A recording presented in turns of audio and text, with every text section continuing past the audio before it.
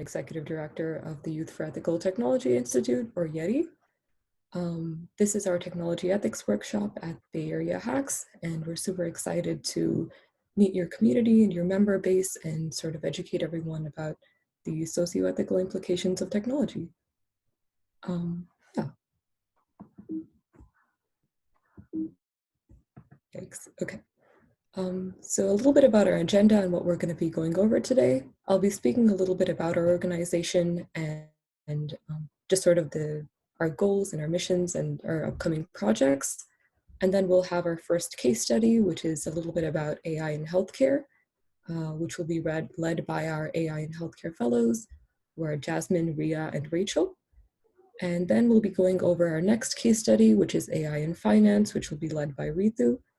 And then I'll go over some pointers about how your hackathon participants can design, develop, and deploy their technology in a way that is ethical. And then we'll conclude and then give everyone sort of an idea of how they can get involved with YETI and yeah, just some key takeaways from today's presentation. So I'm going to go ahead and talk a little bit about our organization. Our mission is to advance technology for social good through discourse, education, and advocacy. And what that means is that we see technology as a neutral tool, which has a lot of power in our world. And we want to be able to use it for social good and make sure that we're designing it and employing it in a way that advances the human condition. And we are the first youth organization aimed at exploring equity and privacy concerns in technology with an emphasis on autonomous systems and artificial intelligence. And our hackathon workshops are a way for us to reach out to communities of technologists to educate them on the socio-ethical implications of their work and help them build systems for the greater good of their community. All right, so we'll get into our first case study, which is AI in healthcare, which is led by Jasmine, Ria, and Rachel. Do you guys want to say hi and introduce yourselves? Sure, I can start. My name is Rachel. I am a rising sophomore in Monte Vista High School, and I am primarily interested in, I guess, the intersections of computer science and healthcare because of how, I guess, rapidly evolving technology is across various industries. Hi, my name is Jasmine. I'm most interested in the implications of AI and the uses of it in direct patient care and clinical care, as well as in the OR. Hi, I'm Ria, and I'm a rising sophomore at Monte Vista, and I'm most interested in the algorithmic bias that follows the intersection of AI into healthcare. Okay, great. I'm gonna move on. AI itself has been around for a while, and it simulates human intelligence based on inputted data and algorithms. When we go for a checkup, a physician uses the same thing, human intelligence. AI has been around in many fields, but healthcare is one that's particularly promising. Because AI can replicate a human mind to some extent, it could drastically alter and improve day-to-day life, as well as how we receive healthcare. AI has evolved from its 1950s predecessor into a technology rivaling any other that we have. For one, surgery has always seemed a daunting task, requiring many people, many hours, and the stamina of a horse to complete. But what if there was a way to make it more efficient? So that instead of clipping away bleeding veins and throwing away gauze, doctors could be doing valve repair or connecting nerves. There is. Meet surgical robots. They're a class of highly specialized robot that, thanks to data and special algorithms, can help perform surgery and recognize patterns to help improve procedures and prevent mishaps. Surgical robots range from simple robots for one repetitive task to complex systems capable of microsurgery. Next slide.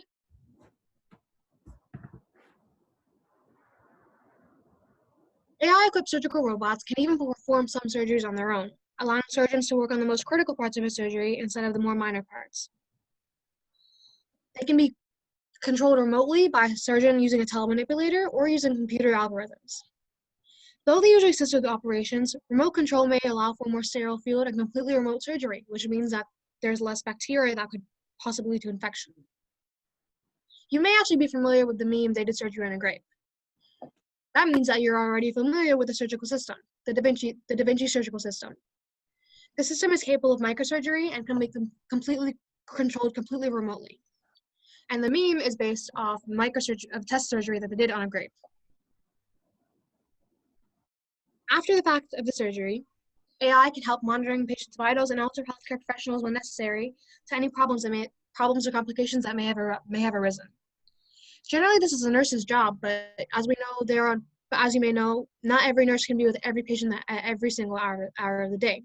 So this can help make their jobs more accurate, and it can help make sure that patients have a higher survival rate.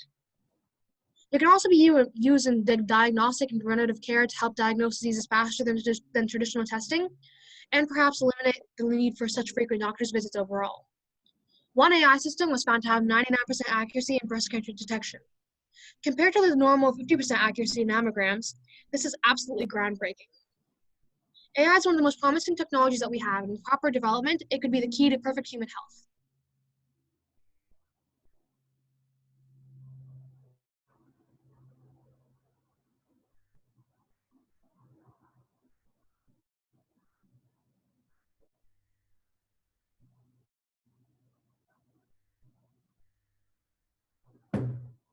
Jasmine, would you like me to move on?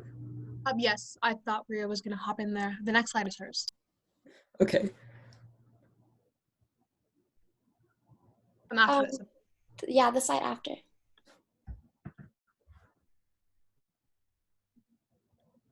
While there are many potential uses of AI in healthcare, there are still many ethical issues such as bias. One of the biggest types of bias in both healthcare, algorithms, and our society is racial bias. Racial bias in AI algorithms is most commonly a result of limited data, which creates biased results. A straightforward example of this would be shown through an algorithm designed to detect skin cancer. The algorithm would probably have most of its data come from white people, which means that people of color won't be diagnosed as accurately. The primary reason for that is that fair-skinned people are much more likely to get skin cancer because they have less melanin protecting them from UV radiation. However, Black people have a disproportionately high mortality rate compared to the rate of them actually getting skin cancer. The 5-year melanoma survival rate for Black people is 66.2%, compared to 90.1% for white people. If we train an algorithm that is meant to detect skin cancer with this biased data, it's very likely for this bias to not only increase, but for the survival rate to also become more disproportionate. Another well-known example of racial bias in healthcare algorithms is an algorithm designed by Optum, a healthcare service. The algorithm's purpose was to identify high-risk patients so that they could get the additional resources and care that they need. But researchers later discovered that high-risk Black patients were assigned the exact same risk level as white patients that were actually at a lower risk. This bias stemmed from the algorithm using healthcare costs to determine a patient's risk level. Because less money is spent on Black patients than on white patients with the same level of risk, the algorithm falsely identified Black patients as being lower risk. Next slide. A recent UNDP report found that around 90% of people, both men and women, hold some sort of bias against women. When so many people hold this bias, it isn't surprising to learn that most algorithms don't consider the impact a patient's sex and/or gender can have on their health. But for algorithms in healthcare, especially those which help detect diseases, it's incredibly important to hold a patient's sex and/or gender as a factor for their diagnosis, because in most diseases, men and women show different symptoms. For example, the commonly known symptoms of a stroke are the face drooping to one side, slurred speech, and the inability to raise your hands above your face. However, women are likely to report symptoms such as headache or migraine, jaw pain, and confusion.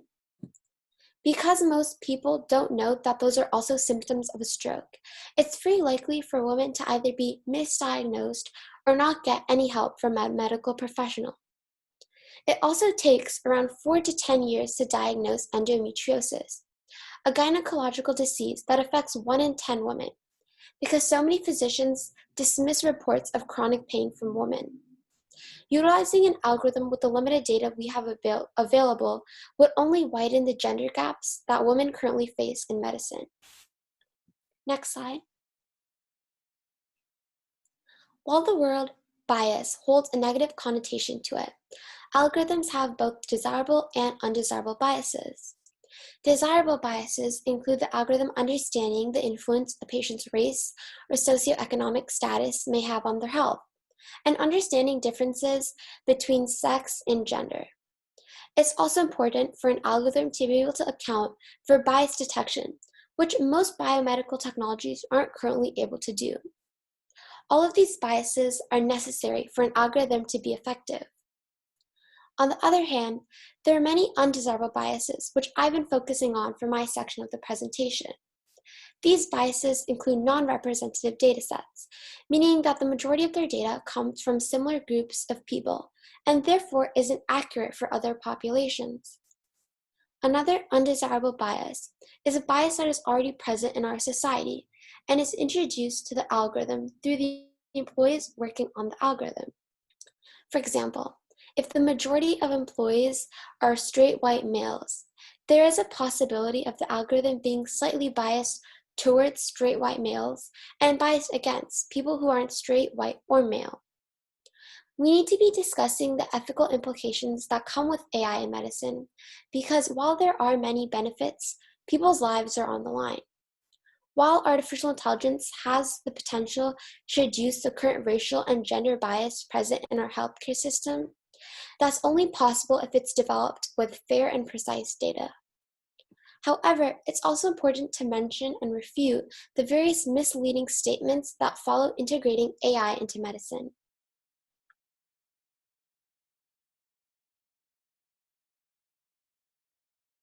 Okay, so there are a few digital healthcare myths that are pretty prevalent within technology and the intersection of healthcare.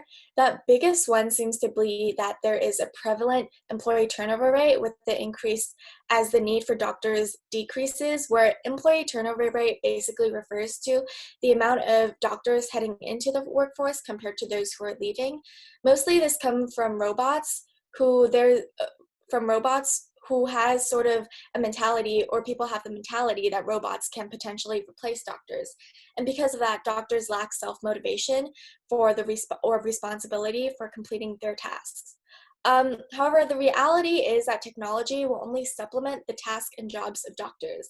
For example, virtual reality has helped doctors practice their surgical skills, as they have the capabilities to operate without practicing on a real human. At Case Western Reserve University, it was actually a system established in 2017. Students use the Microsoft HoloLens app to study anatomy through an app. Not only does the app offer detailed and accurate depictions of a human body, but it also allows them to do so without studying a human body up close. So it makes studying more convenient. Next slide, please. Okay, now going on to the second myth. Another prevalent myth is that the advancement of AI will actually hinder productivity within the medical workforce. And this primarily happens because of two reasons. Number one, with technology having the capabilities of a doctor, the doctors will again feel a lack of self-responsibility and motivation, like in the last slide. And two, since technology has not been refined yet and will take some adapting to implement, it will produce more problems. And these problems will only hinder productivity, because there has to be a gap period where doctors are actually adapting to the new technological changes within their workforce. The reality is that introducing new healthcare technology actually bolsters employee productivity and reduces human error. And this has sort of been proved and shown by various studies online. Number one, doctors feel that they have too much on their plate. And I guess the supplement of AI will actually reassure them, decrease their stress levels, and also increase their overall happiness.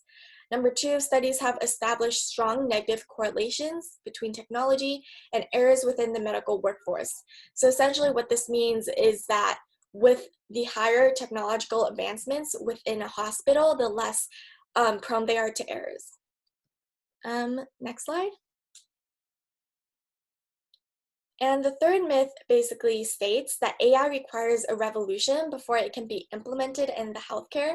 And while this may seem complicated, all it means is that if AI was so useful or is so revolutionary, why hasn't been incorporated at, I guess, a higher level, or why is it at a higher level?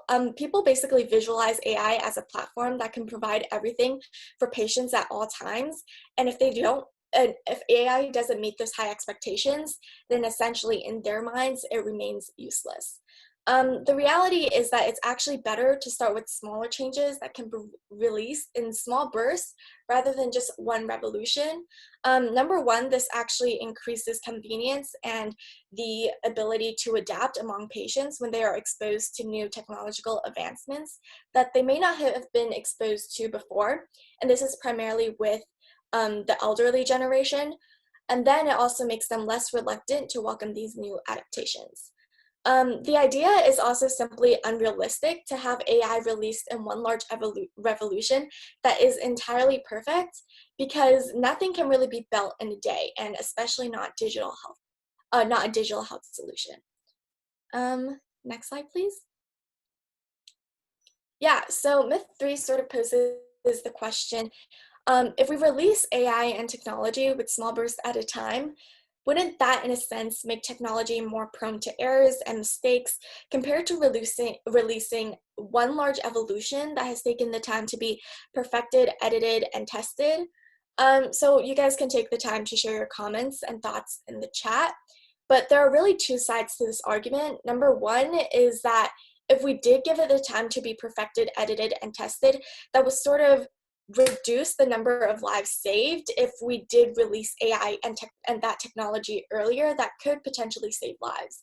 If we sort of held back or sort of hindered the release of that AI and technology, then we would have lost the lives that we could have potentially saved. On the other hand, releasing it in one large evolution does have its perks, primarily because you see in AI all the time that there is racial bias, maybe sometimes even bias that is not intentional. And if we did give it the time to be perfected, edited, and tested by several people over the course of many years, then essentially it would reduce the number of errors that AI and technology as we see produces today. Next slide, please. Okay, so the last myth essentially states that AI can do much of what doctors can already do. And most of this comes from the fact that every day in, I guess, our status quo, we see how technology has already beaten competitors in chess, math, transportation, etc. Transportation referring to cars, so we can travel much faster than a human body can run. AI has already developed faster thinking capabilities through the implications of calculators that are widely used within industries today.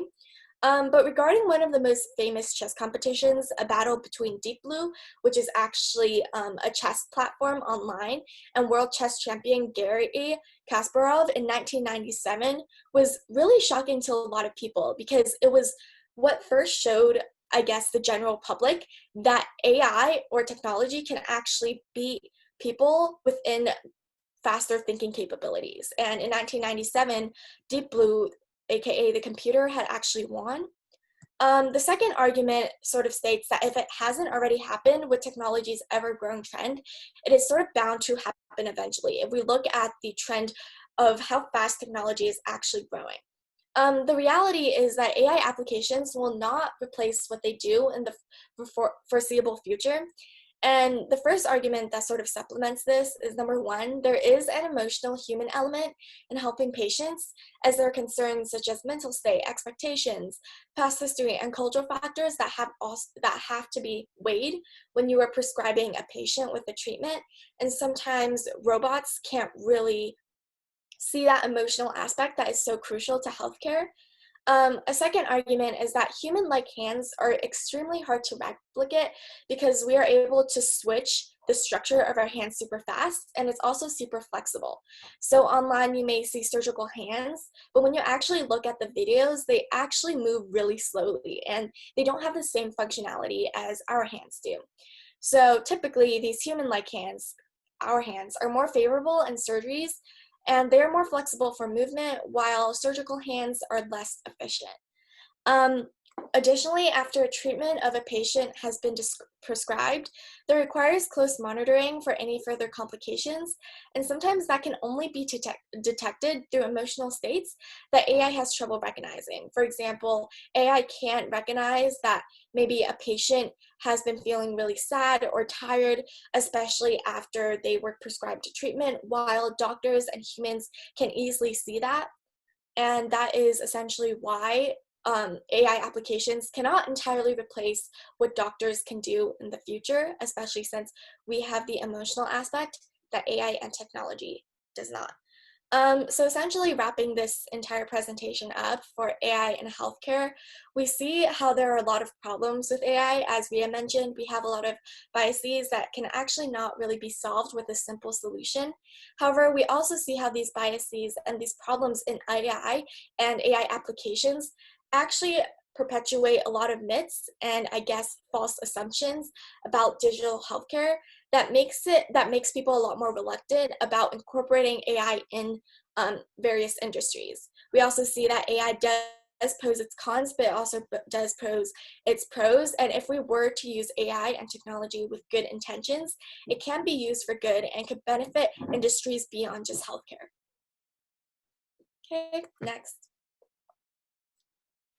Awesome. So I will be talking about artificial intelligence in finance. I'm Ritu. I'm a rising senior at Monte Vista High School and the co-executive director at YETI. Next slide.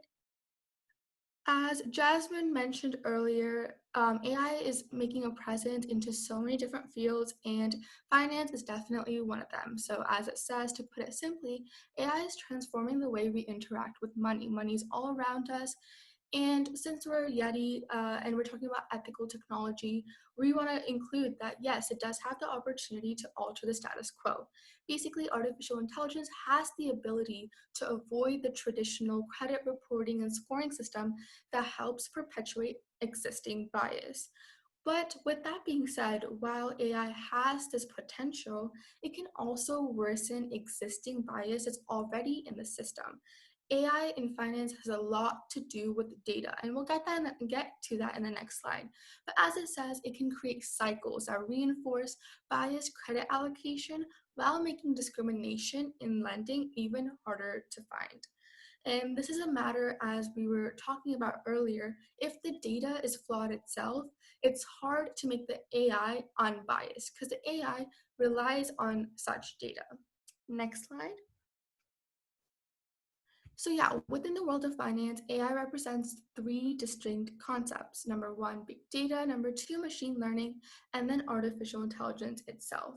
So big data is a field that, treats ways to analyze, systematically extract information from, just overall dealing with data sets that are too large and too complex to be dealt with by traditional data processing application software.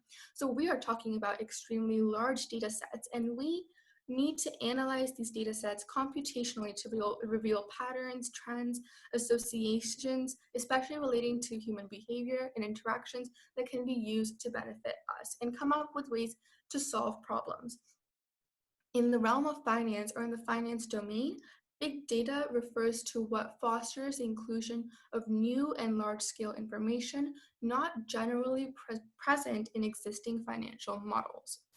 Number two, we brought up machine learning, and machine learning is just the application of artificial intelligence that provides systems the ability to automatically learn and improve from experience without being explicitly programmed.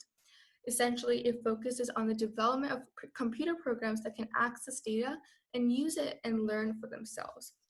In the financial realm, it's similar. Machine learning, when we're talking about finance, occurs when computers optimize data, whether it's standard or big data, as we mentioned earlier, based on relationships they can find without the traditional, more prescriptive algorithm. So you can think about this as more flexible, and the machine is adapting to whatever data comes their way.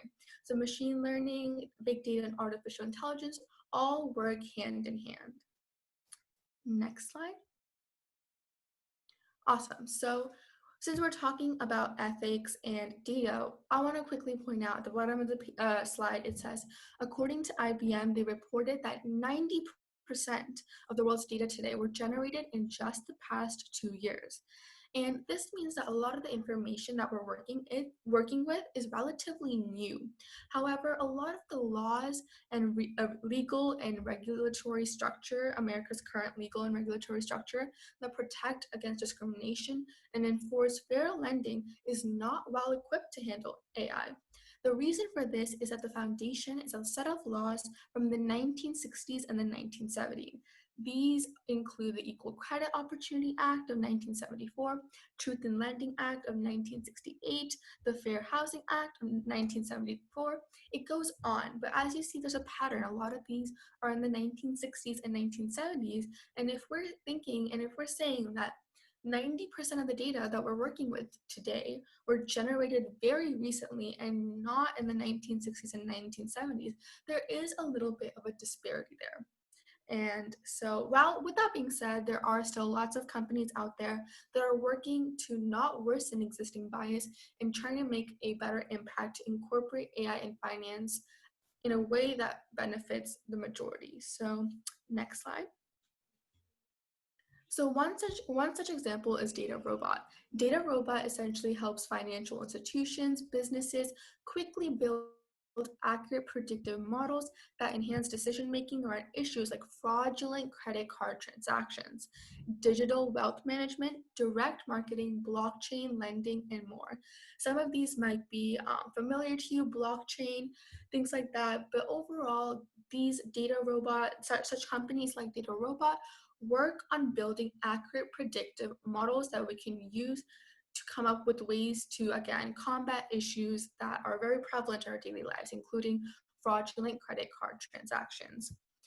Another company is called Kensho, and Kensho provides machine intelligence and data analytics, again, with the data that we're talking about, to leading financial institutions like JP Morgan, Bank of America, Morgan Stanley, a lot of companies that you may have heard of.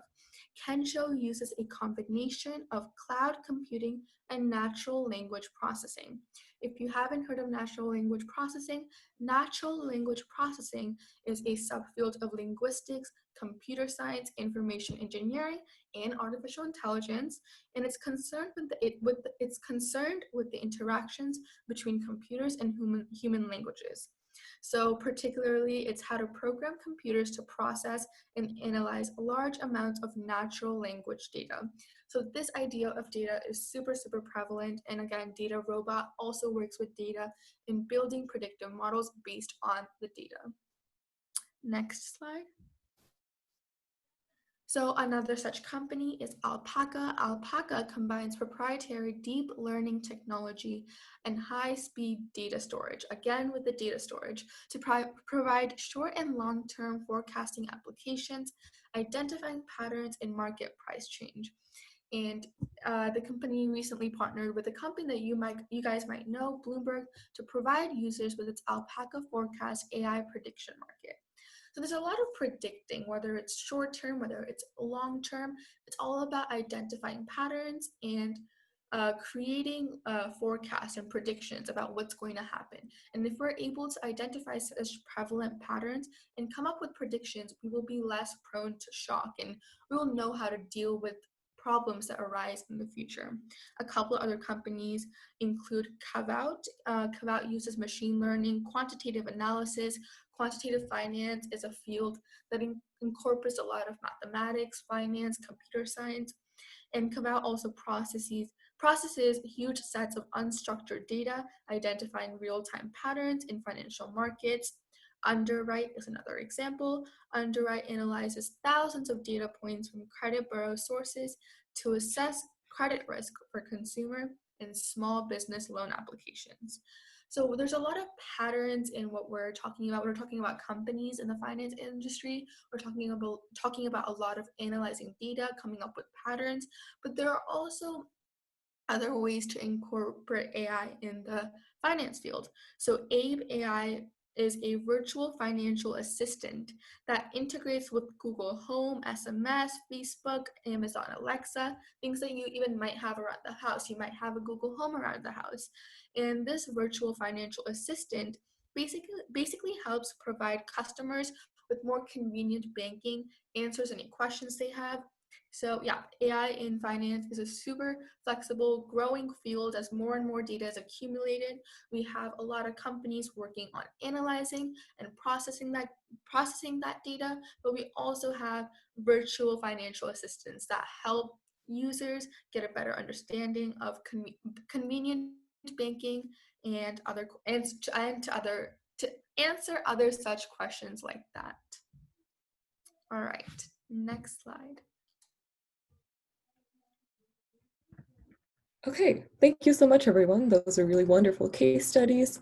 We really hope that this gave you a better lens into sort of how technology is causing socioethical issues in a variety of different fields.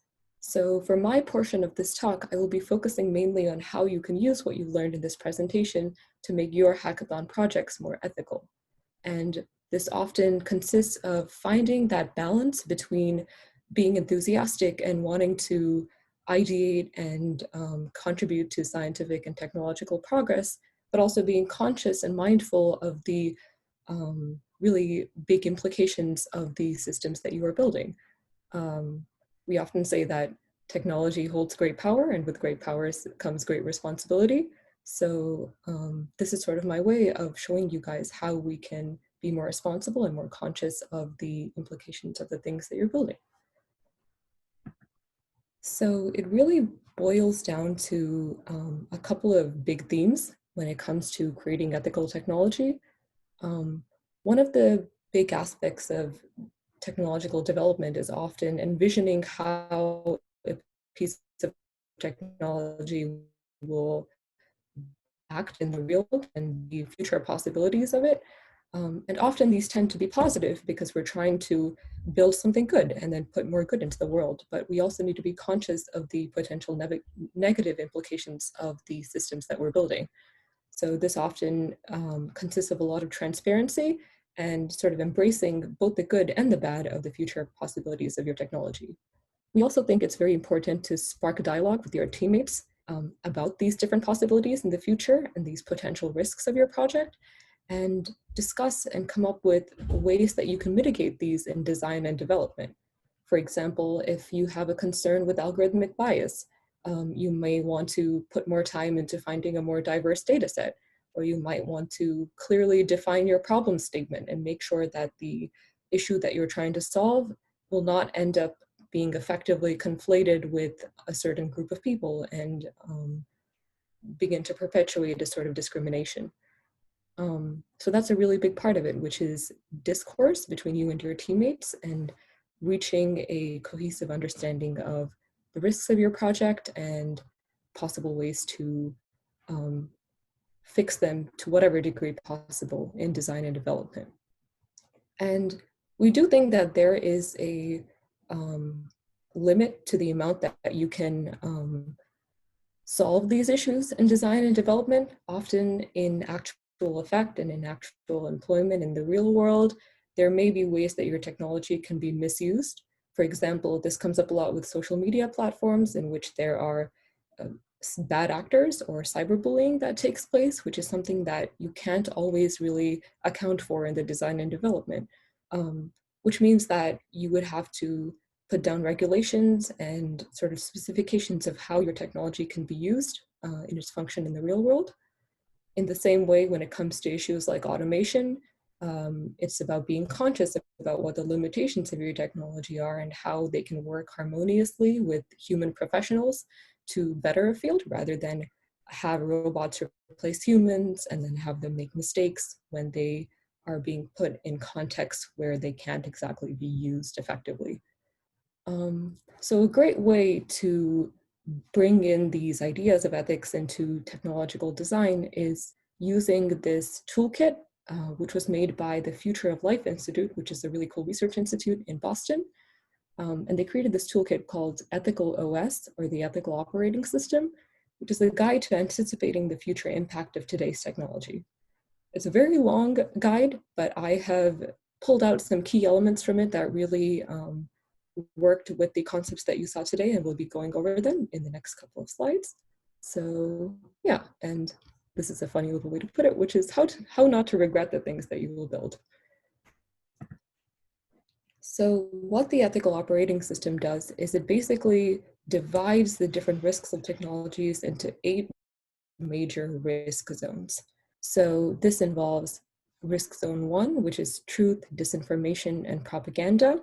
To give you guys an example, I thought that AI generated fake news is a really great way to really encapsulate this problem. I know Ritu mentioned earlier a little bit about NLP, or natural language processing, which is often used in bots that generate fake news, and it's often very believable fake news, and putting that out there can cause real disinformation to spread. We're seeing this a lot already with the disinformation in the COVID-19 pandemic and all these conspiracy theories about how the pandemic is a hoax. So this is one example of how a platform or a piece of technology can be used for like changing a community's perception of a really serious event. Risk zone 2 is addiction and the dopamine economy. I thought that a good example of this was YouTube rabbit holes. When you start watching a video for your science class and end up watching a cat walking on a roof of a house or something along those lines. But often these platforms are created in such a way that they are very addictive, and they can detract from people's lives if people spend too much time on them. So you might want to be conscious of how your technology might end up being too addictive if people if users find themselves spending too much time on them. Risk zone 3 is economic and asset inequalities, which is sort of like who has access to this technology, and is this technology exacerbating these socioeconomic differences that we have that are alive and well in our society. So something that Ritu brought up was biased credit allocation, which I think is a really good example of this in the way that it may end up perpetuating a existing economic difference between two societal categories.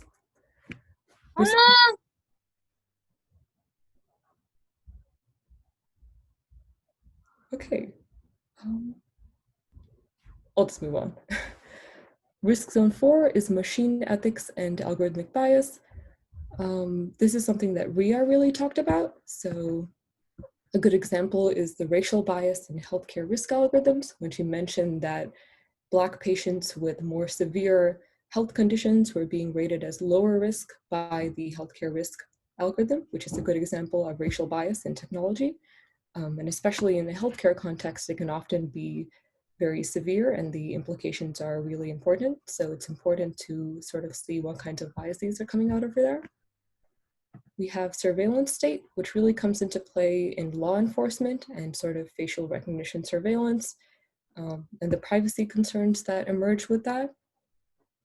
In terms of data control and monetization, I thought that protection of patient data is a big concern, because if we're using people's health data to power these diagnoses algorithms, then that could be concerning if it is not with the full consent of the patient.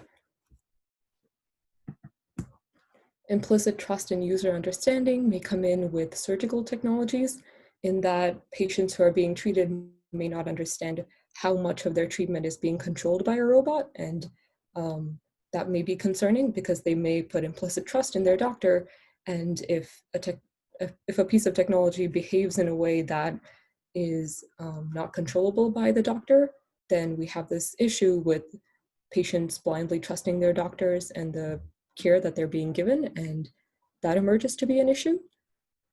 And finally, something that I mentioned a couple minutes ago, hateful and criminal actors often come up in contexts like cyberbullying, when people who are using a piece of technology are using it in a way that is bad and that perpetuates hate and discriminatory ideas. So these are sort of the 8 risk zones. I know that was a lot to take in, that come with any piece of technology that we really need to be conscious of.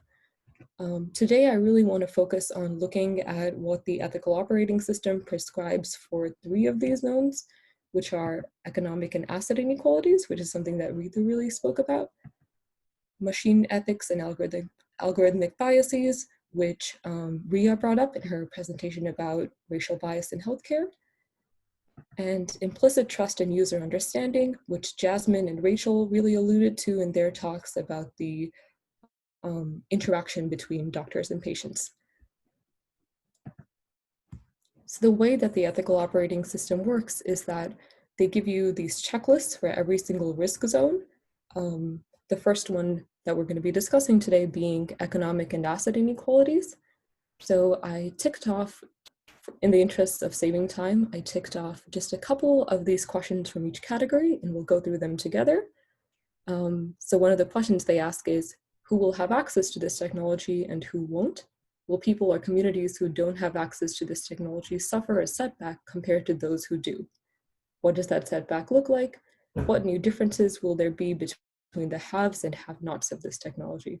So this is really a question of accessibility. If there is a piece of financial technology that comes out and is being widely used, but there are people who do not have access to this technology, they will be at a disadvantage in important financial contexts. So that's an example in which access to technology can be an issue with some of these technologies. Okay, I think we should talk about the third one too, just a little bit. It goes into the idea of automation, in which if you're using machine learning and robots to create wealth rather than human labor, are you reducing human employment in that way?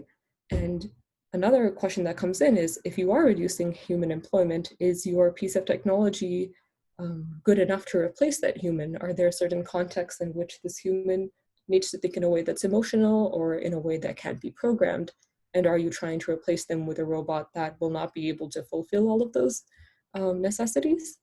And if a robot is the perfect replacement for this human, what are you doing to give back to your community after having impacted overall economic well-being and social stability by taking away some jobs from humans?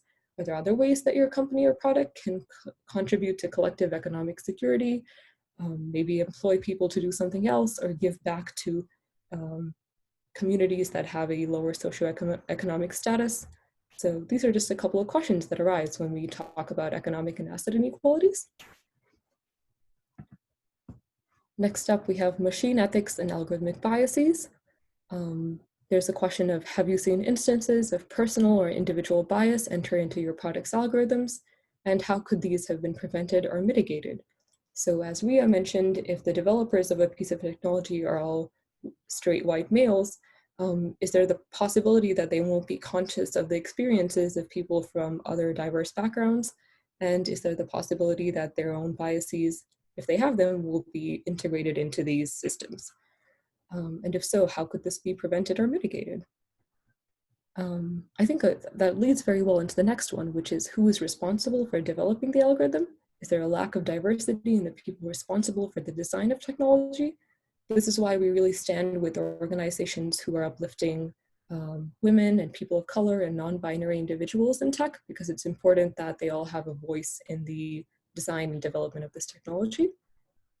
And are your algorithms transparent to the people impacted by them? Are the inner workings of your system transparent to the people who they will be affecting? And if people feel as if they've been incorrectly or unfairly assessed, do you have some sort of means to address that? All right. And finally, we have the question of implicit trust and user understanding. Does your technology do anything your users don't know about or would probably be surprised to find out about? This comes in contexts where the general individuals might not know how these processes take place in the first place. For example, in criminal justice settings or in healthcare settings, when there are decisions being made by algorithms, do your users know that these kinds of high stakes decisions are being made by an algorithm? Is a question that you want to ask about. And also, are all users treated equally? This really comes into picture in the design of technology and making sure that all the users of your application or project are being treated equally by the algorithm. And if not, your algorithms and predictive technologies, if they prioritize certain information or set prices or access differently for different users, which could be desirable, as Ria mentioned in the case of desirable biases, how would you sort of navigate that? How would you prescribe that? How would you define these biases and make sure that they're only being used for good. Okay, yeah, that was a little bit of just like uncensored brainstorming for you all. The way that the ethical operating system works is that you go through all of these risk zones and all these checklists of questions, and you sort of really think deeply about your piece of technology and what you've created and how it can potentially be used in harmful ways. And you can follow that up with ways that will fix those issues or will provide regulations or ideas for ways to use it in a way that is ethical.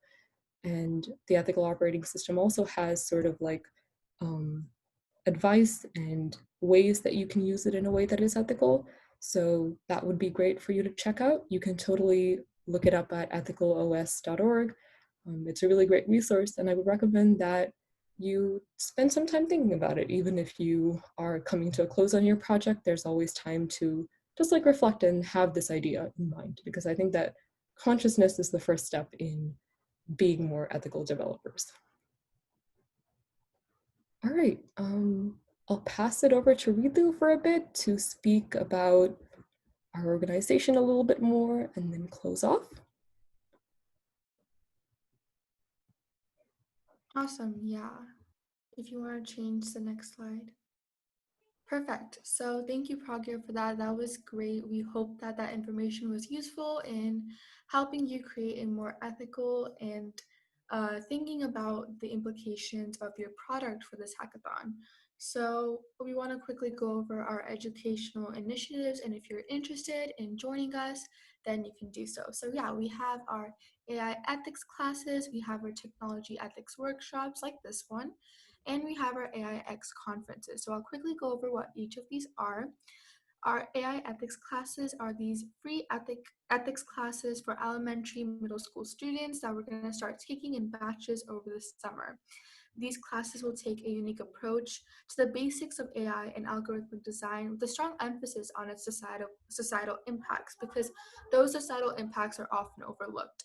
And so our goal in doing so is to grow passionate, informed, and ethically conscious young technologists through this program. We also have our technology ethics workshops like the one you listened to today. And so we are partnering with other hackathons, nonprofit organizations, in introducing a series of free technology ethics workshops for people of all ages. And we might invite featured guest speakers. We have our AIX fellows, and we cover a broad variety of fields. We covered finance and healthcare in detail today. We have education, law enforcement, and we're hoping to get a journalism fellow as well that I'll talk about in a little bit. So yeah, our goal was to educate technologists like you about the ethical ramifications of your work and equip you with the skills you need to put social justice at the center of the systems that you will be building. We also AIX conferences where our AIX fellows engage in interdisciplinary discourse, which we believe is the key to developing ethical technology. So we have weekly seminars to discuss ongoing research and developments in AI, as well as a monthly conference that we center around a certain social issue that AI impacts. So again, we're looking to invite guest speakers, and we'll be open to the public, and we speak about what's going on in the world, how AI is playing an impact, if there are any new studies that's been released, so all that fun stuff.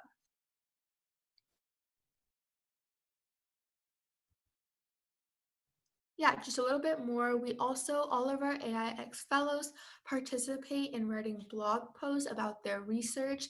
They synthesize what they learned, and we post them on our Medium publication called The Black Box. And so we've already posted a series of articles from AIX education, AIX law enforcement, AIX healthcare. So we cover all sorts of fields. So not only do we discuss our findings in our conferences, we also encourage our fellows to put them into words and have the public engage in what they're learning. And so we already have a few articles out, as you can see on the screen. So if you're interested, you can definitely check them out on our Medium publication, The Black Box. And lastly, yeah, so if you are interested in being a fellow, engaging in if you want to write blog posts, if you want to talk about new AI research, and if you want to host such technology ethics workshops where you get to inform other people about what you've been up to, what you've learned, then we highly encourage you to apply as an AIX fellow. Currently, we're looking for an AIX Finance Fellow and an AIX Journalism Fellow. So if you're interested in some of the things that I covered when I was talking about finance today, that would be a great option for you to check out the application and apply. If you're interested in journalism, Pragya brought up the fake news, and with COVID, I think fake news has become more and more prominent, and social media enforces the spread of misinformation. So if you're interested in studying what part AI has in generating fake news, identifying fake news, and all that fun stuff, and if you're interested in finance, we strongly encourage you to apply.